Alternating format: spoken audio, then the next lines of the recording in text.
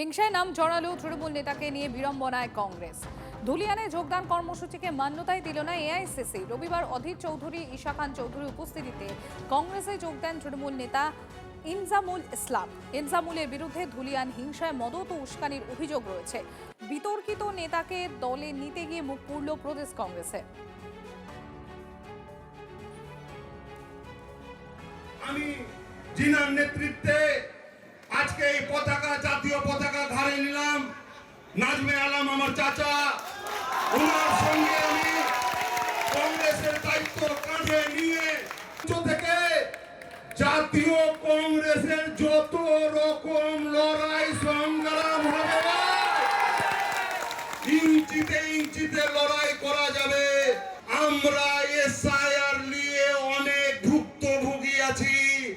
আপনি হাইকোর্টে লড়ছেন, আরো যত রকম কৌশল আছে আপনার মানুষের সাথে আপনি লাগিয়ে দেন। শামসেরগঞ্জ ব্লক কংগ্রেস না খেয়ে আপনার সঙ্গে থাকবো। তাদের মধ্যে একজন যখন আমাকে জিজ্ঞেস করে, দাদা আপনি যোগদান করালেন, অনেক বিরুদ্ধে অভিযোগও থাকতে পারে। আমি তখন বললাম, কি বললাম, যে কারোর বিরুদ্ধে অভিযোগ যদি থাকতে পারে, তারা যদি সৎ পথে চলতে চায়, শুদ্ধ হতে চায়, কংগ্রেস তাকে সুযোগ দেবে। এক, দু নম্বর, আমি নিজে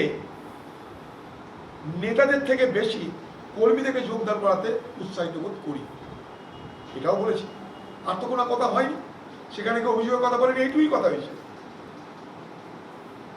একটা সংবাদ মাধ্যম জিজ্ঞেস করেছিল, তাও সেটা ওখানকার যে আমাদেরকে বলি, একটা পার্টি আছে না এখন, এই মানে বিজেমূল যাকে বলে, ওখানে জানেন যে শামসেরগঞ্জের যে এমএলএ, সে বিজেমূলের লোক, সে তৃণমূল থেকে জিতেছে কিন্তু বিজেপি দালালি করছে। তাদের একটা খারাপ লেগেছে। কেন? তারা দেখছে যে ধুলিয়ান সম্পূর্ণ হাতছাড়া হয়ে যাচ্ছে।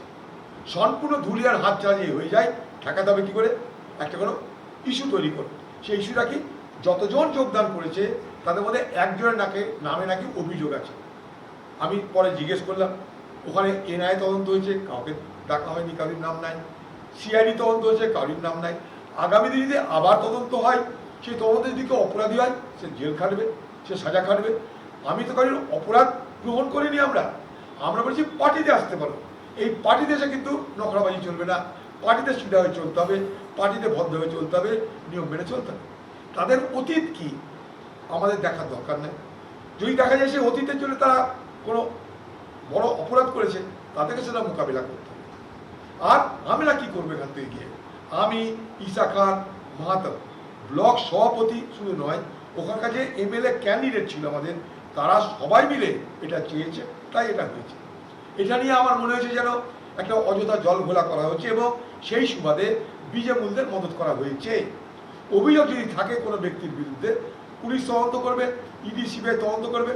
আমি যতটা জেনেছি, এনআইএ তদন্ত হয়ে গেছে, কাউকে কিছু বলেনি। সিআইডি তদন্ত গেছে, কাউকে কিছু বলেনি। ইডি সিবিআই হয়ে গেছে, কাউকে কিছু বলেনি, ডাকেও নি, কোনো এফআইআরও নাই। এখন নতুন করে আবার এফআইআর হয়, হতে পারে। কংগ্রেসের লোকের দরকার আছে, তারা নিয়ে নিচ্ছে। আমাদের দরকার নেই, আমরা নিচ্ছি না। কংগ্রেস থেকে এসেছিল টিএমসি পার্টিটা, আবার কংগ্রেসের মধ্যে বিলীন হয়ে যায়, এটা কংগ্রেসের ইতিহাস আছে। তারা ভারতবর্ষে আপনি দেখুন প্রথম থেকে এইভাবে হয়েছে, নিজেদের মধ্যে সুবিধা অসুবিধা ঝগড়া করে আলাদা হবে,